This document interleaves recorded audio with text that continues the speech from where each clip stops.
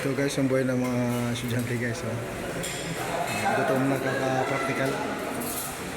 Ito, kainan na. 11, 10, kainan na. Weekend na weekend. Weekend pass, mamaya. Alis na.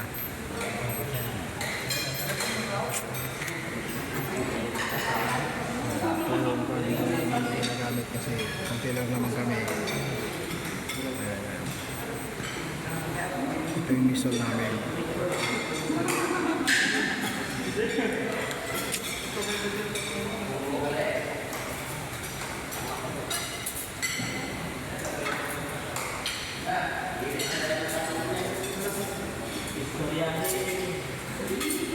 Yan, fire exit, kung sakali man, ito fire exit, mga electric fan, yan, naka-aircon.